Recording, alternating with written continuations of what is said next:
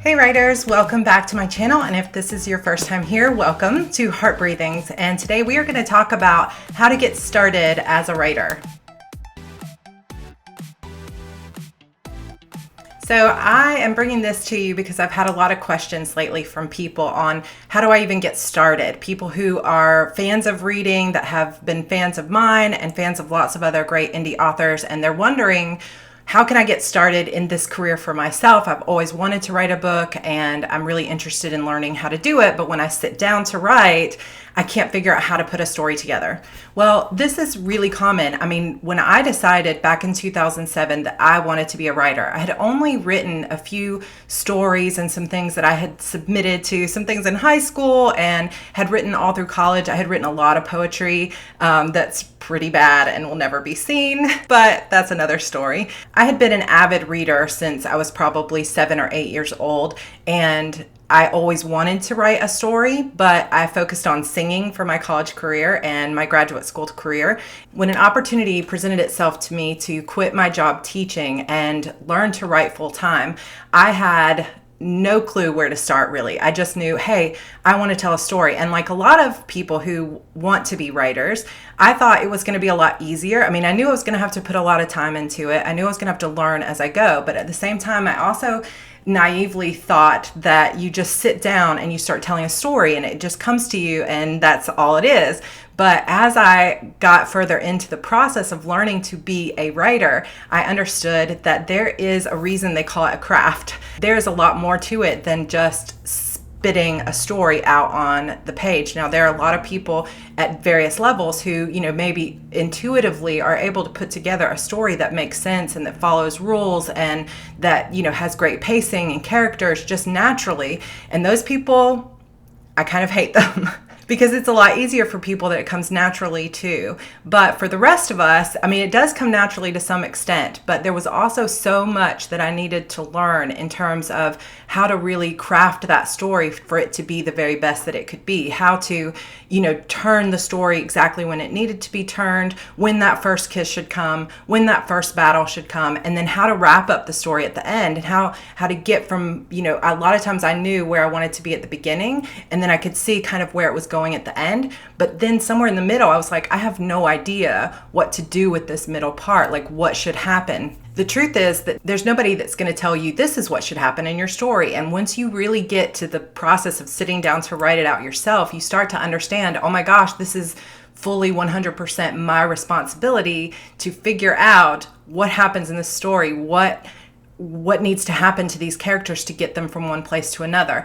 And when you're talking about the success of your story long term, whether it's still going to be selling, 10 years from now or more, it really comes down to how well written that story is, how much it resonates with other people, how much they understand and get what your characters are going through. They don't necessarily have to love your characters. It depends on the genre, but they do have to understand where your characters are going, and they have to understand how your characters got from point A to point B. And that is a really tough part of storytelling. So if you are new to writing and you're not sure where to start, I'm going to give you some of my top tips for getting started as a writer. One tip is to read books on writing. If you sit down and you just expect that you're magically going to understand how to tell a story, you are probably going to spend a lot of time sitting at your computer not knowing if the words are any good, if the story is going anywhere important, if it's all coming together or not. And when you're talking about a entire novel, you're talking about 50 to 100 something thousand words on average. Think of it like this. Okay, writing is not brain surgery, I know that, but it is still a craft, a skill, something that you have to learn and you have to hone and you have to really put your time into learning how to do it. So you wouldn't, for example, just pick up, let's talk about another craft. So you wouldn't go and sit down at the piano and just expect to be able to open up a book of music and begin writing it. Yes, I know that there are some people who can play by ear, so if they hear it, they can sit down and play it, but those are like a super tiny percentage of our population. Most people, if they decided they wanted to learn to play the piano, they would go through a process. They would, find some easy music and they would learn how to read music. They would have to figure out where the dots on the page mean and how that corresponds to where you put your fingers on the piano. They would probably get a teacher to teach them how to play and to hold them accountable for how well they're doing and for whether they're missing notes or not missing notes. And then they would practice, because you can't just sit down and start playing Rachmaninoff if you have never ever read music before in your life.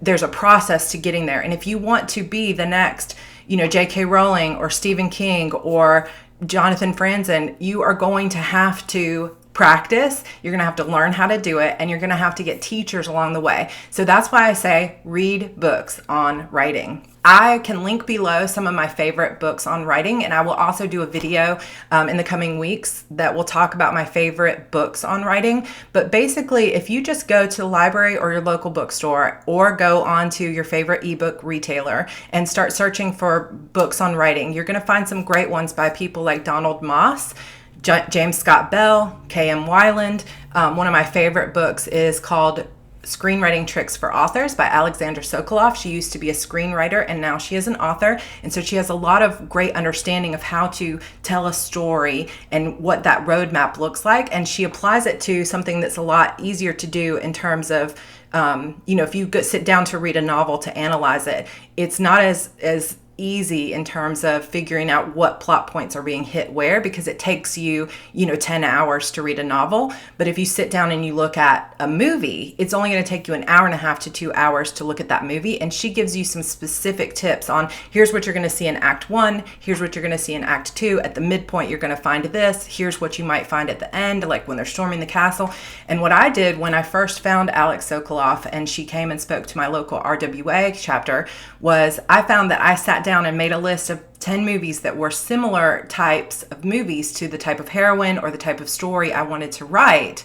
And I sat down with those movies and a notebook, and I would pause it, write it 25 minutes and be like, okay, here's what happened at the end of Act 1, and this is the going through the doorway. And I started to analyze them. And by doing that, I started to see, okay, it was like a light bulb went up over my head that said, okay, this is how you tell a story. This is how you twist and turn and control the pacing. Then I started paying attention to characters who had flawed backgrounds or, were heroic characters following a hero's journey. And I started paying attention to that character arc. And I still do that today. When I go and I watch a movie, I will always kind of think in the back of my head, okay, this is the first doorway. Okay, this is where she meets her mentor. Okay, I get it. This is the twist at the midpoint, or this is the first kiss, or whatever. And I start to understand those posts that she talks about that you can see in that book. So that's just an example. There are also a lot. There's just probably hundreds, if not thousands, of books out there on writing that are really great. And yes, it takes time. And I know that you're ready to get in there and learn how to write and start practicing, which you should be doing that too. But it's so important for you to start reading books on how to craft a story, because your long-term success at this, and whether or not you spend hours floundering at the keyboard thinking, I have no idea what happens next, or you get to finishing a novel and it doesn't really flow well and people aren't really following it and they drop off in the first couple chapters because it's not that interesting, you're going to wish that you had spent the time up front to learn how to actually write. Just compare it to sitting down at a piano and immediately inviting people over to a concert, and you're not playing any music, you're just staring at some sheet music and banging on the piano. That would not really be something that a lot of people would want to sit and listen to. You'd have people getting up and leaving or shifting uncomfortably in their seat. And that's the way your readers are going to feel, even if it's just your husband that you hand it to. That's the way they're going to feel when you haven't put any time into actually learning how to craft a good story. Some of the elements that you may want to study are plot. This is one of the big ones, like figuring out how to plot a story. Now, there are some people out there that we call pantsers who don't necessarily plot their story out ahead of time. They follow the flow of the story, and then maybe afterward they sort of rearrange it, but they intuitively understand how the plot works. So you may not necessarily need to sit there and actually form an outline if that's not your perfect process, but you still need to have a basic understanding of how the plot of a story is put together. Grammar is a big one. If your story is not readable, yes, there are editors that can fix that for you for a large amount of money, and everyone should use an editor, but you can't count on an editor to fix every single sentence of every single piece of writing that you put out there. An editor would take a look at someone who doesn't understand basic grammar, and they're just going to send it back to you because it's not going to be worth their time. You need to make sure that you understand the basics of sentence structure, comma placement, what's capitalized and what's not. And as you go, you're going to learn more about that when you get feedback from your editor. But it should be really the best that it can be before you send that out. A great book for that is The Elements of Style by Strunk and White. It's something that I have dog-eared always sitting next to me because it is super important to understand the basics of grammar and the basics of sentence structure. Pacing, how you pace a novel in terms of the character arc and the events of the novel, that's super important. Another one of my favorite books is Goal, Motivation, Conflict by Deborah Dixon, where she talks about how you can weave into the story not just the external plot, but also the internal plot that your characters are going through. What's their goal? What's their external goal? What's their internal goal? What's their external motivation for wanting that goal? And then what is the conflict that's holding them back? And she takes you through how to figure those things out on both an external and an internal level. This is another book that extremely changed my writing, and every single time I sit down to write a new story, even if it's characters I've been writing for years, I always sit down and figure out for this novel, where are they in terms of goal, motivation, conflict, both internal and external. So that's a great book to pick up as well. The second tip that I have for you is to practice. Just like you would sit down and practice that piano every single afternoon, you want to actually practice your writing. That may mean that you might not end up with your very first attempt writing a full-length novel right away. I didn't. I started with short stories because they seemed a little bit easier, so I didn't have to worry as much about plotting out an entire thing. I just practiced like tone of voice. How does dialogue work? How do people talk to each other? How can I get characters out on the page? And I spent probably a year of my first attempts at being an author, reading a ton of books and also learning how to write and how my own voice worked. What kind of stories did my voice lend itself well to?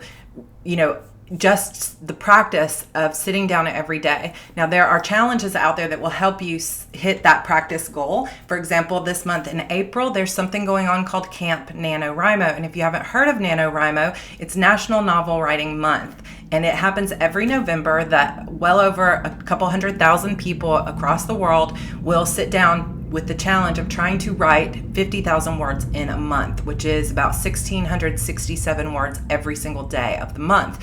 And in the month of April and in the month, I believe, of July, they have these camps where you can set your own goals. So if you missed this one, which you might have, hit back in, I believe it's July, it could be June, but sometime this summer there's another Camp NaNoWriMo, and you can set your own goal. So you don't have to go 50,000 words. You can say, this month I'm going to sit down, I'm going to write a 10,000 word short story, or I'm going to write the first 3 chapters of my novel. But you have that accountability because you put that number up on the website. You have a cabin that you join that's just a virtual cabin, like a virtual chat room, and you can put in your words every single day and talk to other people. But practicing your writing, making time for it, and sitting down to write every single day is crucial, because same with piano. If you sat down and you practiced, for 2 hours today, and then you didn't sit back down at that piano for 2 more weeks, you're not going to have made any progress. You're just going to be as bad as you were today, and actually maybe even worse. But if you sat down for every single day for the next 2 weeks, you would see significant progress in how well you're playing the piano and how fast and quickly you're reading that music and putting your hands on the page. It's the same with writing. If you don't sit down and practice, you begin to get rusty. You begin to forget kind of how you wanted to put those sentences together, what was going on in the story. You need to stay connected to that story and to the process of writing every single day, which brings me to my third tip, which is set time aside in your schedule for your writing practice. For me, it's usually between 9 and noon every single morning. I get my son off to school, I sit down, I do some administrative tasks, and then by 9 o'clock, I am writing, and I try to write for at least 2 to 3 hours every morning. It's afternoon here now, and I have not done my writing yet because I have not had a chance, but I will sit down this evening probably between 9 p.m. and midnight, since my son will already be in bed, and I will enjoy the quiet time in the evening to finish the writing that I needed to get done today. But I try to make sure that I write every single day. Now, I run a challenge in a Facebook group that I have that I say to them, don't break the chain, which is something that came from Jerry Seinfeld, the comedian, who he said what he would do is he would tell a joke, he would write a joke every single day, And then at that point, the only thing he had to do was not break the chain. And so I've taken that, it's, certainly not my concept, but I've taken that concept and applied it to writing, that I try to write or touch my story in some way, whether it's plotting or whether it's, researching, or whether it's, working on something that my character is going through that I can't quite get right, or editing or reading back through, or actually sitting down to write the words. I try to touch my stories every single day so that I don't get rusty. It's just like, an athlete. You have to do that work. You have to put in that work every single day in order to see the progress, and in order to keep your muscles, so like your writing muscles, limber. I don't know if that's what you would say, but it sounds good. So make time for your writing daily so that you can get that practice in.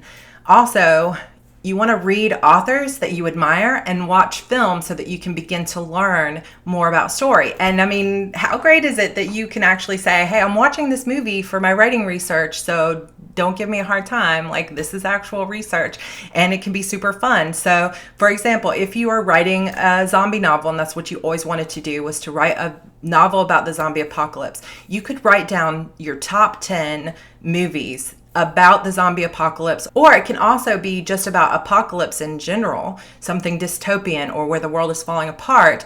And you can write down your top 10 movies and then watch them. This is a really great way to, and again, this comes from Alexandra Sokolov's Screenwriting Tricks for Authors, where she suggests making that top 10 list and then going through it. But this has helped me a lot, because in the course of a week, you could watch those 10 movies and you could start to really understand, okay, what is common in the zombie apocalypse genre? What are the things that people watching and reading and consuming this genre expect to see? So that I make sure that I have some of those elements in my own story, or I can play on those expectations and twist it right when they don't expect it, like play around with it. Like, for example, in a lot of zombie apocalypse movies, there's like a group of survivors who are together and someone has secretly been bitten, and the watcher knows that, but the rest of the group doesn't. So you're waiting for that moment when that person turns into a zombie and starts killing everybody. So that adds tension to the story. So you see that in almost every zombie apocalypse survivor movie, TV show that you've ever seen before. Somebody tries to hide the fact that they've been bitten. I played on that sort of reader expectation of the zombie apocalypse trope of somebody getting bitten and hiding it from the group in my own story, but I twisted it in a unique way. So I'm playing with the reader's expectations in a fun way that surprises them.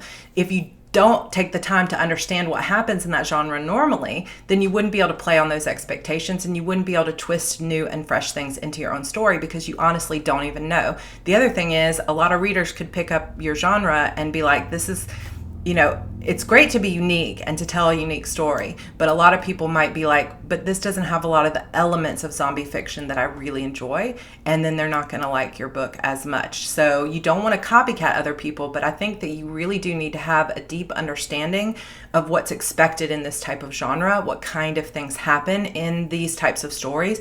Movies are a good way to do it, but also reading as much fiction in your chosen genre as possible. And if you don't know what genre you want to write, because you like reading mysteries, but you like reading YA, and then you like reading epic fantasy, read a few of those and start paying attention to them from a writer's mind and thinking, is this the kind of thing I want to write? When I'm reading this, do stories immediately come to my mind and make me excited to tell them? Ooh, I would love to tell a story about a girl who was meant to be the princess but gets stolen away and kidnapped. What kind of thing starts to spark your imagination? And reading and watching films that are in those chosen genres is really going to help get you to that point of imagination where you start to see what lights you up. And my final tip is to get feedback from other writers. Now, it's all good. My husband reads my fiction, so he does for sure become what I would call my first reader, my alpha reader. He does not get to see my rough drafts because those are off limits to anyone because they're terrible. But once I've started editing the story and bringing it together, my husband's the first one to read it, and I incredibly trust his opinion on it. However, passing your book off to, your very uninterested mother or your cousin who doesn't read at all and just saying, please, will you read this? Or your best friend who is not a reader or doesn't enjoy this genre at all and saying, will you give me feedback? Number one, can be putting them in a bad position, because if your writing is terrible, you definitely don't want to put them in a position where they feel like they have to just tell you it's amazing, because you want to get honest feedback. Having someone throw your book back at you and be like, this is the best thing I've ever read, doesn't really do you any favors. It just makes you believe. It's like those people on American Idol, sorry to say, who like go in there and they're like, my voice teacher told me I was amazing, and then they're like the worst singer in the world. Don't be that writer where you're passing your book off to everyone and then you get upset when they give you honest feedback where they're like, I really couldn't get into this, or I didn't understand it. If you hear that kind of feedback, it might hurt, but you've got to get a tough skin in this business, because this is your family telling you this. Just wait until you put it up on Kindle and a bunch of people who you don't know are going to give you a lot of honest feedback, and it might not be so great because you are a new writer and you still need to be patient and put all that time in. It's important to open yourself up to criticism that might not be, hopefully it will be kind, but it might not be what you wanted to hear, because it can sound great in your own mind, but when other people start to read it, they might truly have some criticism. So I encourage you that when you do get to the point where you feel like you're ready to receive feedback from people, be it your cousin or your best friend or an online Facebook group, or if you joined like a local writers group, whoever you tend to get feedback from in the future, open your heart up to not taking it personally, but taking it as, this is where I need to improve, and this is let your ego step aside and say, okay, this is where I need to improve. This is where I need to start really learning. And if they say, gosh, your characters are I'm just not getting into their story. Well, okay, so maybe you need to find some books now about how to bring people, how to write better characters and how to bring people into a story faster. There are lots of resources out there about that sort of thing. And then again, you can read some of your favorite books, watch your favorite movies, and say, okay, this is not necessarily a likable character, but why is it that I'm so invested in their story? And a lot of times what you're going to find is that you're invested in their story because there's some sort of stakes out there. Like, you may not like her, but she's got 2 children and you want to make sure that those kids are safe. Or this detective might not be necessarily a likable guy. He might be a drunk, he might be a loser, but you find out something sympathetic about him immediately, like he lost his wife and children when he was stationed in Afghanistan, and when he came home they had been murdered. Well, that's why he's a drunk and a loser. It's because he's been through this trauma, and now we have this reason to be sympathetic to him and to like him and to cheer him on. But if you just have the drunk and the loser and you have no reason why he has like a wound in his past or something that's made him like this, a lot of people are just not going to like reading about this guy who's a loser. So you got to learn how to create those characters and how to create sympathy for them, how to give the readers a reason to want to follow these characters through the story. And there are lots of ways to do that, but it's going to take you time to learn. So these are my biggest tips on how to get started if you're just learning to be a writer. But also, let me say, be patient with yourself. Don't expect that you are going to just jump into this and you're going to have a novel ready in 2 weeks and it's going to be ready to publish, because I can guarantee you that like 99.9% of people cannot sit down in 2 weeks and write a novel that's going to be a bestseller. There may be exceptions to that rule, but I don't really know of any. Most people, it takes them years to learn the craft of writing. It's just like I was talking about with the piano, or like if you wanted to be a Olympic level ice skater, like you cannot just put on some skates and expect to go out on the ice and immediately start doing like quadruple axles or whatever it is they do. Like that doesn't happen. You may, put on your skates. They may feel awkward on your feet for a little bit, but you're going to go out there and you're going to take it slow and you're going to learn how to do it. And maybe you're going to have a teacher, which is like the books I'm talking about, the critique partners I'm talking about. And it's going to take you years potentially to learn how to even get up speed on the ice fast enough that you could actually take off and do a single Lutz, or I don't know. It could take you years to learn how to do those things, but it's worth it in the end if you end up as an Olympic athlete, or if you love it every single day that you're working on it.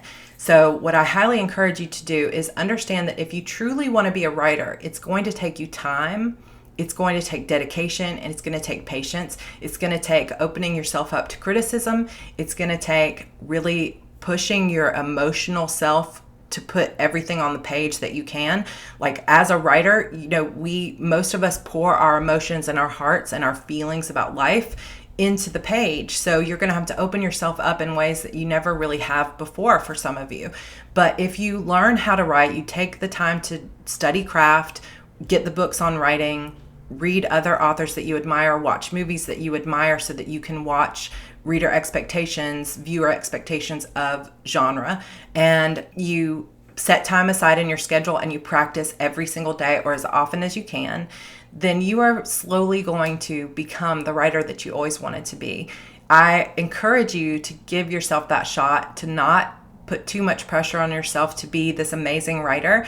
If you think that every time you sit down at the keyboard, you're just going to start writing, Hemingway or something, you're going to be disappointed probably in yourself, because it takes time. It takes sometimes like sitting down and working for hours on one small scene or one small sentence to get the words right. And that's just the process of being a writer. So be patient with yourself. Give yourself the time and the opportunity to learn. Give yourself the tools and the resources to begin to learn how to be a better writer, but go for it. You don't have to worry about publishing right now. There's no deadline that says you have to be published in the next 6 months or it's not worth your time. For me, I started in 2007, in June of 2007, and I didn't publish my first novel until October of 2010. And even now I go back and look at that first novel and I see how new at this I was and how far I've come in the past, 8 years of writing full time and writing several books a year. It takes time, it takes effort, and it's going to grow on its own as long as you put in the time and the effort to become a better writer. But I wish you all the best, and I hope that if you have gotten anything out of this video that you will subscribe to get more tips on how to organize your writing life and how to self-publish and start making money doing something that you love. But for now, I highly encourage you to just bask in the joy of trying something new, to enjoy the process, and to figure out what it is you truly love about writing and what types of genre you love to write. Because to me, I think sometimes there is nothing closer to magic in this world than the way it feels to figure out that story and to tell those characters' stories and create something like worlds and people that others will begin to love and follow their stories out of nothing but your own imagination and hard work. It truly is magical and it is so rewarding. So I encourage you to put the time in, put the effort in, dedicate yourself to it, and you can experience that magic too. All right, guys, that is all for now, and I will see you in my next video. Don't forget to look down in the description box below for some of those books on writing that you might want to check out first if you're a new writer. And also don't forget to subscribe to my channel. And over at heartbreathings.com on my website, I do have some free printables on how to figure out what you want out of this career that might be helpful for those of you just getting started and trying to pick out your genre. So head over there to get those. Everything will be linked below in the description box. All right, I will see you in my next video. Bye.